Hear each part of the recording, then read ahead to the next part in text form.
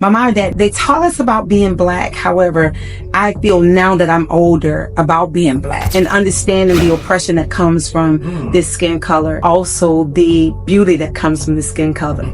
Because I'm Black 365. Looking at a lot of your work, what allows you to know when to use flowers versus not? I paint flowers because I've always found them to be beautiful. I've always found them to be very organic. There's a natural flow to them. There's a term called wag the dog, and especially during the time of Trump's first time in office. There was a lot of wagging the dog. It was a lot of, here's this distraction over here to keep you from seeing what's going on over here.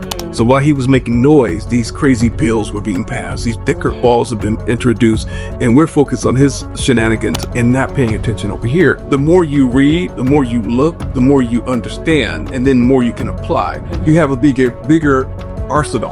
Tonya Boyd-Cannon, how are you today? I am wonderful. Sharing our culture, our city, everywhere we go. It might seem crazy what I'm about to say. Charly Palmer was there today to talk about his art and sign copies of his new book, the new Brownies book, a love letter to Black families. I've been doing art for close to 40 years. I was tired of painting for other people what they wanted when there were all these ideas in my head about what I wanted. To the next great artist, what would be your last words to them? We're all here for a reason. You can be still enough. You will discover it, but being still is difficult as hell. Hi, I'm Tonya Boyd-Cannon, educator and entertainer. And hi, everybody. I'm Charly Palmer. I'm an illustrator, artist, and dreamer. Oh, I love it. I'm a dreamer too. I love your work. I know we were talking about jewelry earlier, these pieces, like this one piece I love, and it has some of the comedic symbols on it. Like $10. And I caught it from a beautiful Ghanaian artist. And so it's just like... In Ghana or... Here in the States. Here. Here in the States. Okay. And so I'm just like big on these beautiful brass, natural, raw pieces. And so that bracelet... Oh, so do you wear it all the time? Yeah, I don't take it off. Okay. I don't take it off. I mean, it's always on me. I had these two wristbands. One's like, the expression, what would Jesus do? I have one that me and my family wear called What Would Mama Do? Okay. And it's kind of like this whole idea, because I noticed we're always like, how would Mama have handled that situation? What would Mama have said about this? So I'm like, you know what? We need a bracelet that says, what would Mama do? I love right? And then I have another one. It's a black one over here that says, Jesus is real, pause, black.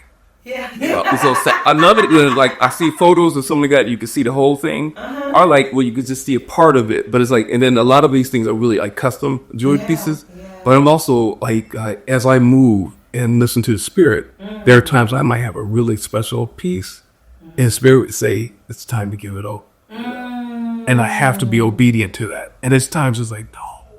Like, but it's like, you know what? I'm like, I don't attach myself to material things like that. I would never give up my wedding band. I would never give up this bracelet, although I took it from my wife. But in general, it's like anything else you see on me, if someone's like, I like that, I'm like, here you go. Yeah. You know? I love that. I love that. I feel like pieces speak to me. When I'm I don't know, people are into stones and things of that nature, not knowing that calling had been within me for decades. And I found some of my first pieces of stone, lapis lazuli, this beautiful blue stone, almost 30 years ago. And this one piece is still in my collection, which I had someone to wrap it with some beautiful brass materials, and it's now a different ring. And so it's that when I'm looking at different pieces, and like you said, there are certain things that I can't get rid of, and there are certain things that I buy more than one because I have my granddaughter, I've given her pieces, I've given my daughter pieces, my son, and it's all pieces that I've gotten either from Ghana, here in the States, from different artists. So I'm a lover of what's considered simple things to us. However, people are like, oh, that's a big ring. Nah, it's more than that. It speaks volume, which is something I love. We were talking about earlier with your work, and we talked about the flowers. So when I was looking at your pieces, Recently, in May of last year, I was called upon to perform for, I called him Uncle Frankie Beverly before he passed on. So I did the last leg of the tour with him and it's in Mays. And for the longest, I was given roses in my previous relationships. And I began to dislike roses because I felt like every time something that happened, he would give me roses. Right. Something's happened. Roses. It's a trigger. It's a trigger, right? Uh-huh. And so Uncle Frankie's celebration comes up here in New Orleans and we're celebrating him. And I come out to sing. So they would pick an artist from every city that he was in to present him his flowers. So I come out and I say, Uncle Frankie, giving you your flowers right now so you can smell them. Not knowing, 5 months later he would pass on his ancestor. Some of those roses that were within it, I ended up making rose water. So I would spray my house, spray my hair, like he's always with me. So when I saw your pieces, I said, I saw kids, I saw adults, I saw elders, and I saw hands, I saw, the natural aging of a being, right? And I said, why flowers? Why? And you shared the story of your mom with flowers. And I also relate that to the rose that grew from the concrete, right? Yeah. You know what? When we're done, I'll show you my piece I did of Tupac. So there was an amazing museum that's actually touring right now called Wake Me When I'm Free. Okay. It was a poem that Tupac wrote when he was like 12 years old. And it was about, I don't want to be here until I'm free. So wake me when I'm free. But the theme of the Wake Me When I'm Free exhibit were roses. And there was a section where there's a beautiful sculpture of literally that rose coming out of the concrete. And this is one of those things that my wife got me on that normally I'm the one noticing. As you walk into that section, that the theme is the roses. They also have the fragrance of roses, so you can smell them. And you see flower videos of the pebbles like falling down. It was powerful. But the last thing you'll see is a piece that I did of Tupac, and he's kind of emerging from the flowers, from the roses. Wow. I'd wake me. Wake me when I'm free. Yeah, I have to catch that because I never, growing up as a pastor's kid, there were things that my parents would allow me to listen to versus what they wouldn't, right? And so, in the Black family, you don't listen to anything secular until after 12 o'clock. I don't know where that came from and why. It was time. Oh, yeah. So you could not listen to it. You can listen to it after 12 o'clock. That means church is over and you can, go back to your hellish ways. However, you could not listen to it until after 12 o'clock. And I would always, my mom had this huge record player, that compacted record player, the cassette player and everything, you can store the vinyls. And so I would always relate to Marvin Gaye. And then I would always go to Aretha Franklin. Those are like top two that I would listen to. And however, my family my mom and dad never really taught. They taught us about being Black. However, I feel now that I'm older about being Black and understanding the oppression that comes from this skin color.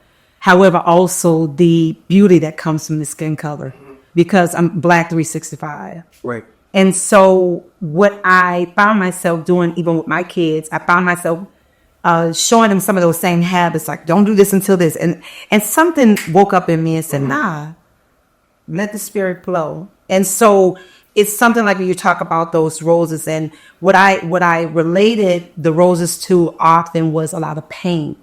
And I feel like in my childhood was a lot of pain. So when I would sing or even create, because there's this one flower that I have to draw. I don't know where it came from. Don't know what it's called, but it's a flower. And on my hand, you'll see I have a lotus. So I'm always in this phase of, come on, we're related. We're related. Hey, cousin. So I feel like I'm always beginning again.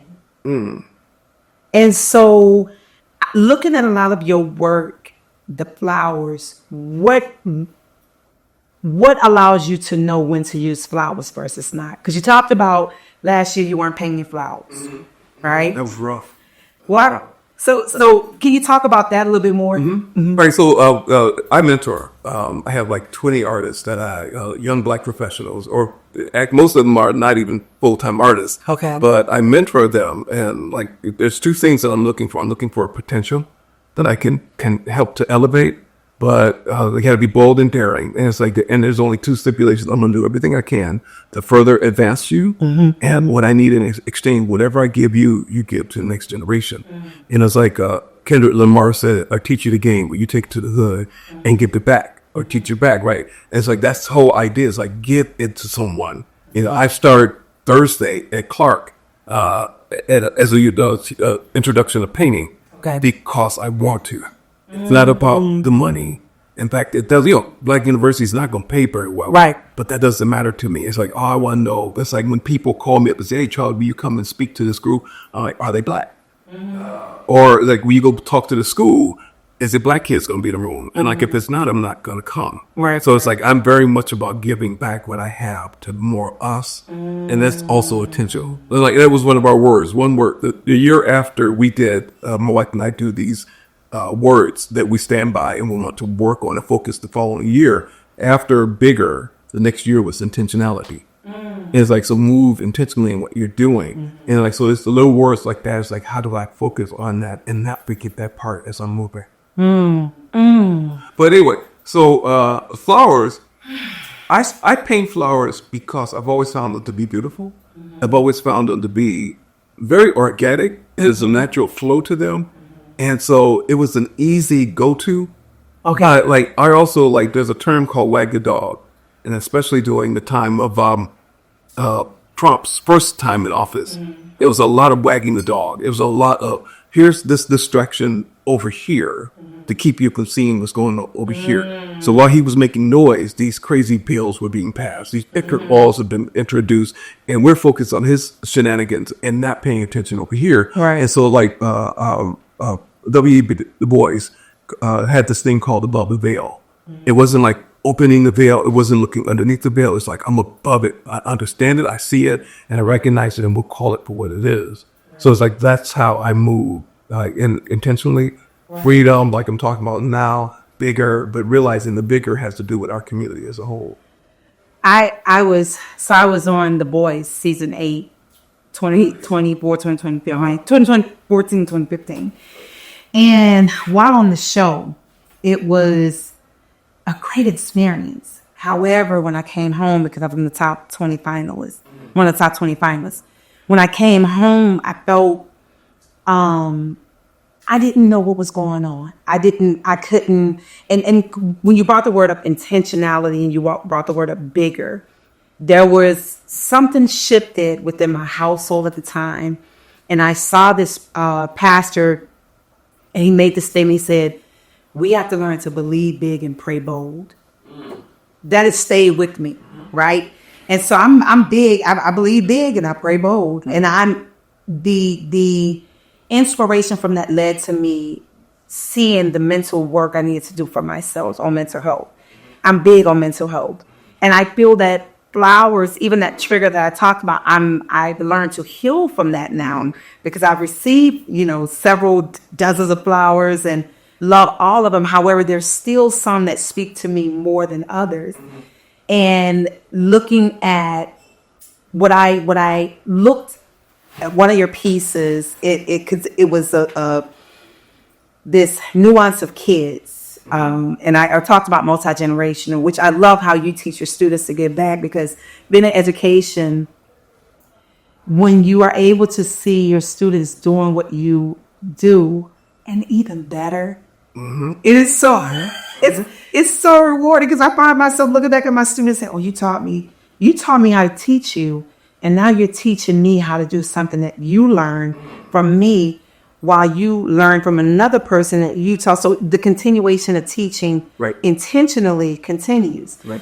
And so what I found myself doing was looking at the shift that took place in my formal marriage, the shift that took place in my music, the mental health aspect of that for me, what I need to do for myself.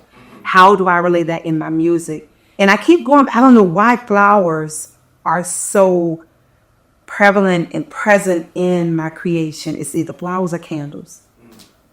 Don't know spiritually which ancestors trying to tell me something. Right. And that one, Do you have an altar? I have two. Okay. I do. Come on, Spirit. All right. Great. So you do an altar. I have two. Yeah. And Good. it, on both of them are sunflowers.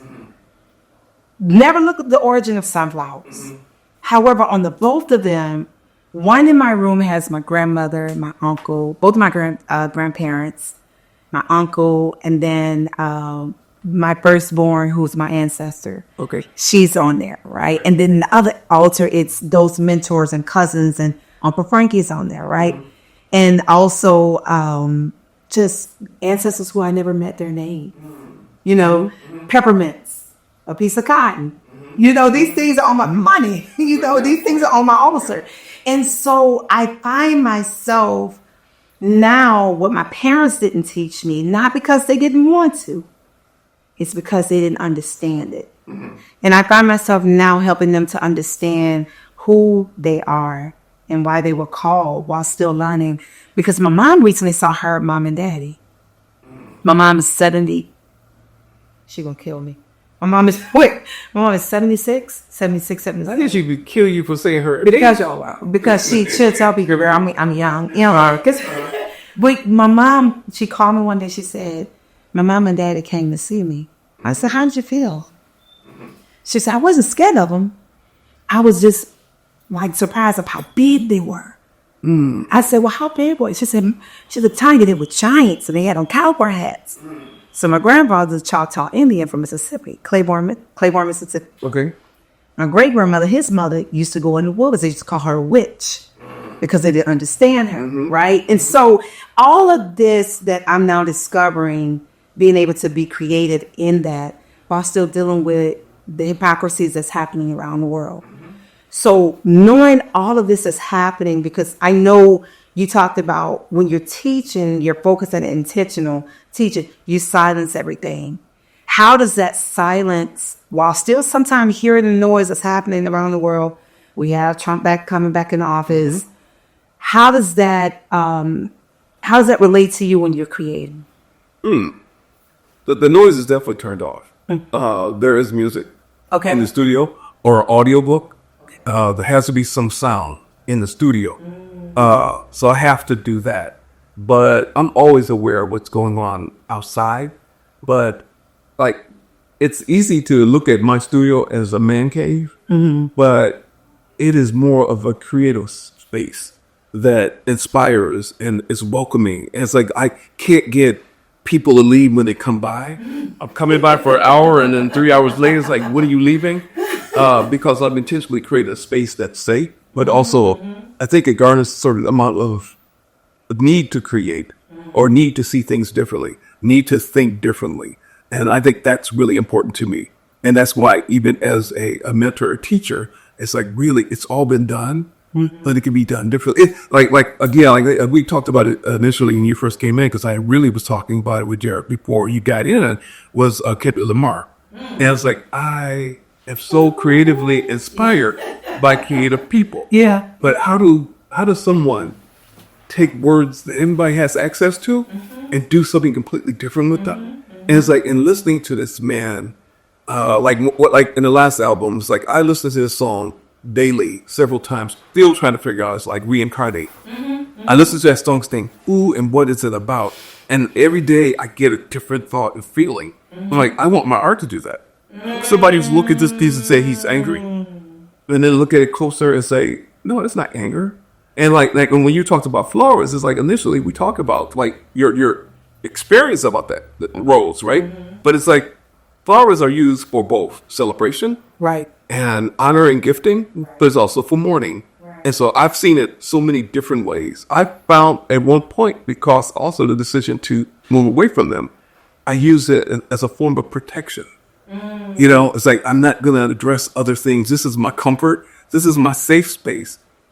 I'm going to stay here. Yeah. Like, no, it's no longer good to stay there. Now it's time to figure out what else you can do. And it caused me to challenge myself mentally and emotionally. and stomach. A lot of my stuff comes from it. Yeah, yeah. You I had to listen to it. In fact, weird story, weird fact. My doctor said it was weird too. It's easier to tap into my pulse and my abdomen than in my heart. Wow. It's a weird experience. Like you can put pressure just below my rib cage and you can feel my heartbeat. Wow. Easier than you could tap into here. And I say, is that normal? She says, no, it's not normal. But then I also am very, I have a strong belief that we Black people are aliens. And that we came here to change things. And those that saw this and feared this shadowed us, shut us down.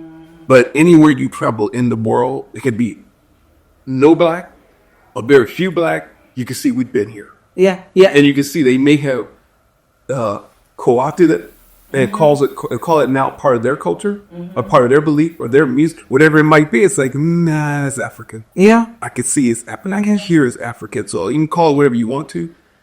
We're still there. We've been here. Right. Yeah, and see, I have it was before COVID, but we were in South Africa and we went to an art show. And I turned to my wife at one point because it was all from the continent, this art show. And I said, babe, Black is universal. And so I came back and had a T-shirt made just for myself and gifted it to friends saying that, Black is universal. And then I'm doing a artist talk or something one day. I'm wearing my black shirt and a Karen comes onto my Instagram and says, I love what you're saying, but your shirt is really offensive. And oh. And so my first thought was to respond and say, oh, I'm sorry. When you said Black, you saw Black, you thought I meant the race Black? Right. I'm talking about the color Black. I'm an artist. And I'm like, no, I'm not going to do that. I would. But before I could, they jumped on Karen. Yeah. And it's like, you know what? Why should I apologize for being proud of who we are? And if you feel offended or uncomfortable with that, that's your problem. That's in the book of Kendrick Lamar. That's one of the things. I'm a huge fan. He says, I'm sensitive. I feel everything. I feel everybody. One man standing on two words, heal everybody. He talks about that. That's in the Mother Sober record. And he talks about him being a person, feeling all the pains of his family, feeling everything from community to world. And I feel like that as a Black woman. I'd never been called the N-word until I was in LA filming. And this guy on the street just said it. And it didn't offend me that you called me that, because I know that's not who I am. I feel what offended me was the fact that you thought that was okay. And then I said, you know what, Tanya? I know who I am. I love who I am. You're intimidated by who I am. I never had one word with you. Never said anything to you. Don't even know you, Harpo. Harpo, who that man? Don't know, right? And so I sat back, and even in my field of education, entertainment, as a Black woman, my manager and I would talk about this all the time, being in this field, often male-dominated in education and entertainment.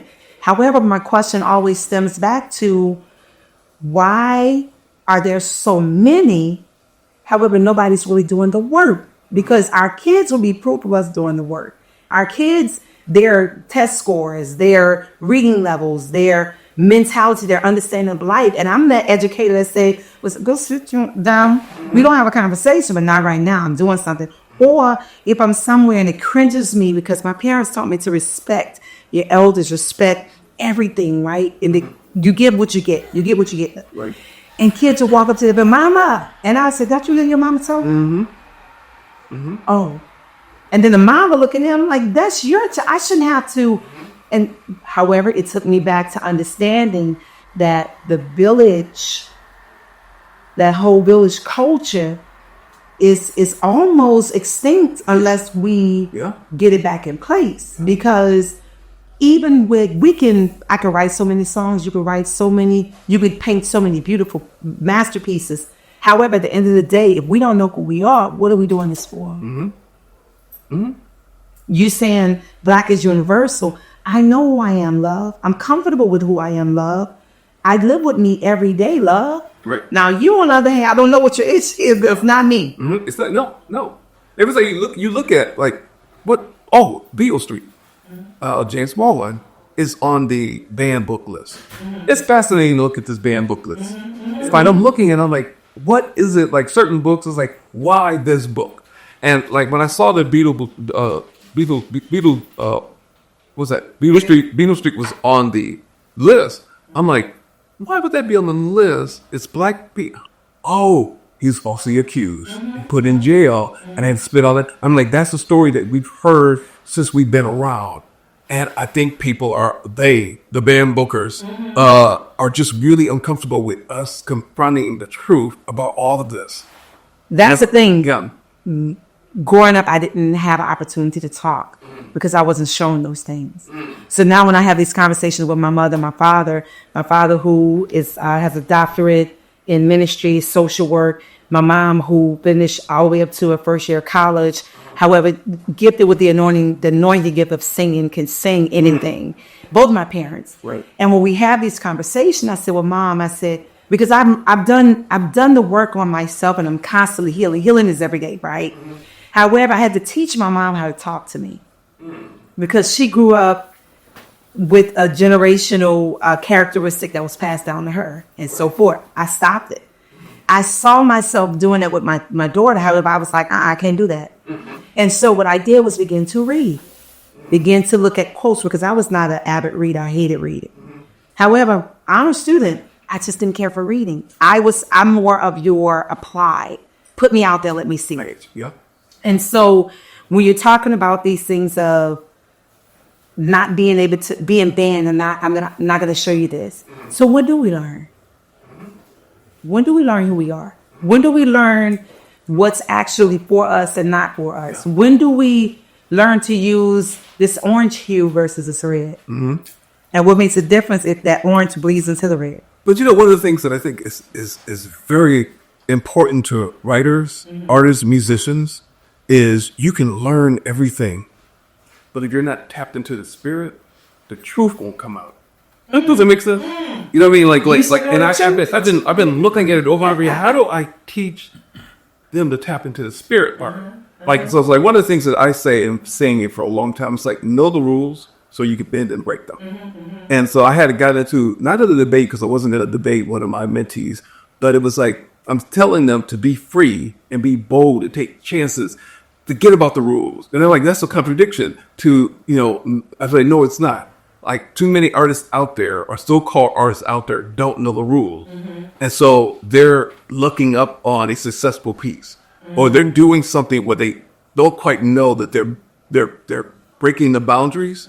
But the more you read, the more you look, the more you understand, and then the more you can apply. You have a bigger arsenal to represent what you're trying to do, based on the more you read, the more you look, the more you pay attention, right? All those kinds of things. A bigger canvas. Yeah, so it's like so it's not a contradiction when I say be free, express yourself, bend and break those rules. It's like, but know the rules. My daddy would say, a haughty spirit come before a great fall. As he taught me, it's a scripture, right? That's talk about pride. When you talk about knowing the rules, I know the rules, and you're telling me to know them so I can bend them. So if you're telling me to bend it, so if I'm telling you to sing a piece, however, I'm telling you to be free in the piece, I'm telling you to reach and allow your spirit to be free. And that's something I teach called the crying place. One of my professors with Dr. Kathy Castilla, Ancestry, rest in paradise, she said, time to go into your crying place. And I was like, what is a crying place? What is this woman telling me to tap? Because this is right after Katrina. In fact, and along with her, Dr. Valerie Jones Francis, amazing vocalist, professional educator here in New Orleans, she would tell me about the crying place as well. She was first and then Dr. Castilla. And I'm like, what is this crying place? Katrina hits. Okay. And I'm like, I see trees of green, red roses too. Tears start rolling as I'm singing it. And I'm like, looking at the Lord Night War where I was able to escape from, get my family out. What is this? What is this place? How's it a wonderful world? And then I came back, we left and we came back home. Around the city, you could see these spirits hovering around the city. City was gray. And what I once saw my daughter's door room, my son's SpongeBob room, the curtains had the windows almost as taking the window treatment and flipped it on the outside. To be the water, right? And I'm just looking at this place, tears are flowing. However, I'm seeing the spirits hovering. So we left, and when we came back, I went to the water. And I tell people when they come to New Orleans, go to the water and ask her, what does she want from you? When you say go to the water, like go to the Mississippi River. Okay. Go to the river. Because I found some time ago that water triggers so much for me, but not necessarily a large body of water. I mean, like, in fact, I don't spend enough time at large bodies of water. But I noticed at one point, just before our first trip to, I don't know if you've ever been to Martha Vineyard. No. Okay, Martha Vineyard is a haven for Black people. And it's beautiful, and it feels like you've left the country. But the first time, I was headed that way, and there were certain songs that kept coming up. But they sound like love songs, and it sound like Missing You, and I Want You Back. Those kinds of songs with lyrics like that. And it was just before my first trip to, my wife and I, first trip to Martha Vineyard. And as we're on the ferry traveling over to the vineyard from Boston, this energy, like suddenly it's like, what is this feeling? And we were both like, what is this? Because it's like the shoulders started to droop. It's like the tension. People don't realize they're operating like this until they're no longer operating like that. I'm like, what's this feeling? And then I went over to what they call the inkwell, over at the vineyard, and I stood there and I put my feet in the water and everything like that. I'm like, oh, it's y'all. Y'all been talking to me. Oh, and it's like that. Like, so we immediately recognize this is home. Like, this is a home. Talking to the brothers and sisters that are there, and ones that live there year round, and those that live there at least in the summertime. And it's this awareness. It's like we not only have been here, we stayed here. And so we have a very strong Black community on the vineyard. And that became very important to us. But it's listening, it's recognizing, it's trusting it. I love being in those situations where, like, I don't know, but I'm going to trust you guys. I'm going to trust you, ancestors, because you're telling me to do this. I love how ancestors speak. And, you know, for me, my dad told me when I was 2, and I talk about I'm a daddy's girl. I know I talk about my dad a lot because I've learned so much from him, because we had a lot of the moments of disagreements growing up, because I felt that, and he says it now, you've been had to give. However, he wanted to make sure I was ready to tap into it. I'm like, Danny, you don't know. Like, whenever it's ready, I'm ready. And I would always reference water. Never understood, like, everything that comes to me creatively, mostly around water. Before I came here, I'd taken some African fabric and just reupholstered my headboard. Don't know where the idea came from. I said, okay, our ancestors, I'm gonna try this. I'm using glue. I had gloves on, everything. And I actually posted a piece on my Insta, and I said, I felt really creative mood. That was the handle, creative mood. And so I would always, water was in the background. I sleep to water. I sleep to the ocean, the sound of water. When I'm in my kitchen, I often find myself getting the presence of ancestors, and I bust out laughing because I'm around water. And I went to the water after Katrina. I was in Mississippi. And I was born in Jackson, Mississippi, lived in the Delta for 8 years, and then had been here in New Orleans over 30 years. So I've always been surrounded by the Mississippi water, that red clay of the Natchez Indians. And I tell people I was born of the red clay, raised of the swamp. That's how I use my blurb. However, whenever I go to the water, I'm able to release. She catches it from me, and she gives me back what I need. And so I told people when we were talking earlier, you were saying it's something when you're moving around and you had gone to the cemetery and you felt nothing, right? You go to that water. Go sit at that water. I know. Yeah, I know now. Like, see, again, like, so on the vineyard, on the inkwell, and the beach in Martha Vineyard, we do this thing called Kahina Van Dyke is the organizer of it. Okay. And it's called June Jubilee. Okay. We, again, we're white and we go to celebrate the ancestors. But I see my wife standing over to the left by herself while there's a large group of people. And she's in thought. She's in deep thought.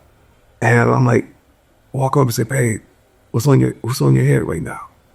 And she's looking at this body of water. She says, "I am thinking about those that chose the water."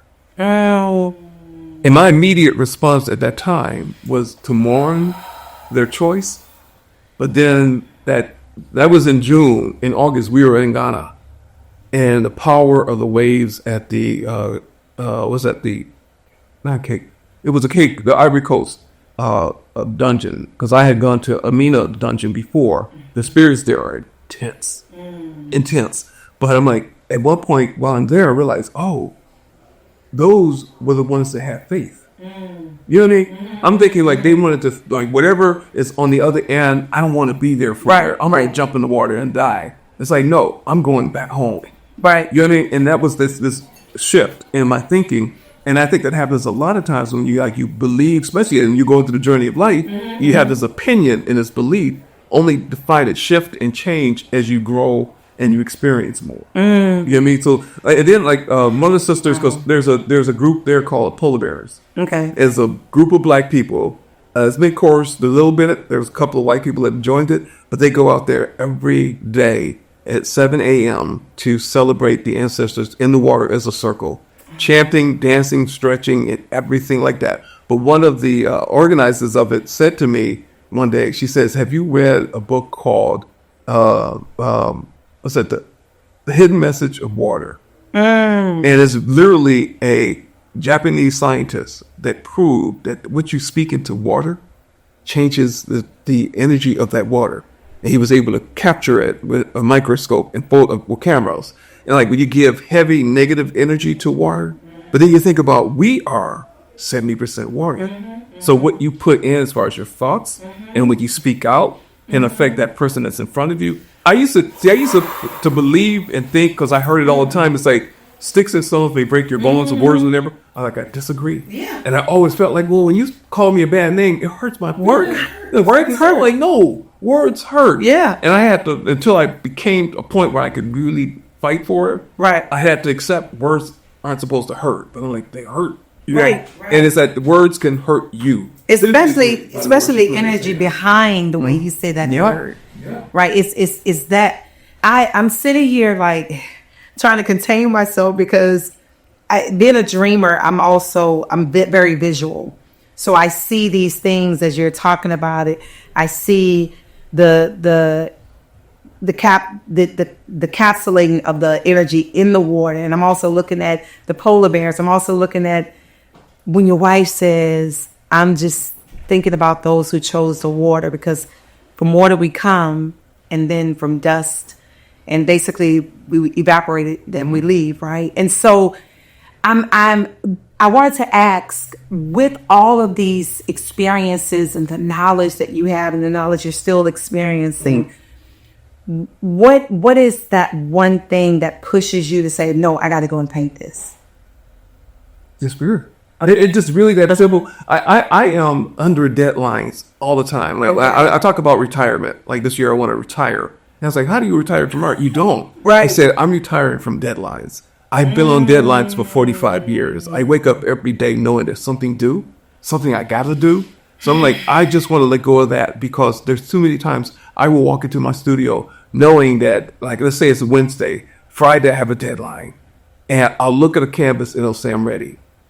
Wow. And I gotta, because I know, like, I from past experience, when the canvas speaks to me, if I don't respond immediately, I'll go back 2 days from now, or go back on Saturday. Like I said, it's Wednesday, Saturday. It's not there anymore. It's like, what was talking to me? I can't seem to tap into it. You know, so it's like I learned to always be obedient to, like, when she says, there have been, like she, because it's typically a woman that will say, "Thank you." It's typically a woman that will say, "I'm ready." And I'm like, okay, let me see what's going to happen. And just like listening to it and then watching it or talking to the canvas. It's like looking at, like, if we look at this book, and I'm going to talk about it just for a brief moment, is How Sweet the Sound. It was so easy to do this book. Right. Because I got the cheat notes. I got all the words put on a manuscript by Kwame Alexander, a master of storytelling. And true to our culture. And so it's like looking at the words, creating these images became be honest to the words. Right. And it'll all be, I might say, when I say easy, I don't mean easy. Right. Because it ends up being like 25 paintings. But it's like, trust where you're going. Right. And if there was one thing I could say I'm so happy about. You reference it, no accident. I'm like, Frankie Beverly is in this book. Yes. You know what I mean? Yes. And it was like, who's going to know Frankie Beverly? Yes. But it's like, it's for us that know Frankie Beverly. The happy feeling. Yeah. Oh, you know, so yeah. it's like I'm like, and the book was done, submitted, and being printed when Frankie passed away. Right. And it was like, but he's in the book. He's in the book. And those are the kinds of things that are like, that's all that matters to me. Yeah. Is that like we pay homage to those that came before, those that have shifted in any way this energy that we exist in. Yeah, they left it for us, right, to continue on. In the book, I saw it was several beautiful pieces. However, the question I have two questions I had to ask. When you are looking at words or listening to music, how do you know what color to choose? You know what? It's spirit again. And that happened over 25 years ago. I remember because I used to love to work. I used to have a 9 to 5. Okay. And then I would go home and I would paint. I'd eat, start painting around 8 o'clock. And sometime work until, 4 o'clock in the morning, 2 o'clock in the morning. But one night I'm struggling with this painting and I clearly hear the word purple. And I'm looking at this painting like it can't be about this painting because that makes no sense here. And so I kept working and I heard purple. And I'm like, that doesn't make any sense. But I finally said, okay, mix purple, put it up there. And it's like, oh, wow. Wow. Charly, you thought this was you. It's like, no, you are merely a vessel. God has chosen you to be the vessel to express these ideas. But it's like, I always say, it's like the joy is I get paid to do something I'm only being obedient to do. And that's how this experience is all about. It's like, just trust the process. It'll be fine. I was writing some notes this morning because some stuff had been challenging me. And I was chilling, and it was like the whole idea of an artist finding their voice. And it's like finding your voice takes a while. Absolutely. But the biggest problem is you. Like, you really think and believe it's you. And like when you begin to realize, no, you step back and let it happen. That's where the real voice comes in. Whether it's the voice of music, songs, instrument, or painting, or dance. It's all if you get out the way and let it happen. Let it happen. I wrote a song called Read About Me, and I posted little snippets on my IG with those who have paved the way for me. One is that I speak highly of. She was my former neighbor, and now she's continuing the greatness of what she was called to do at the age of 6 years old, Miss Leona Tate. And the school that she once was not welcome to, she now owns. And so the song opens with, my life has pages, my life has chapters, living the dream of ever after. Many tried to narrate it for me, only to end up sharing it unapologetically. So these are words of, you're trying to tell my story. I'm going to tell my own story. So the song says, if you're going to read about me. Make sure it's my story and my glory. So that led from me listening to several artists. And like right now, if you was to turn my phone on Apple Music, you're probably going to hear Kendrick Lamar, right? That's like my go-to. What's playing right now? If I was to get in your vehicle, what would come on? I'm pretty sure what you would hear is Reincarnate. Okay. Because I was listening to it before I headed to the limo. Okay.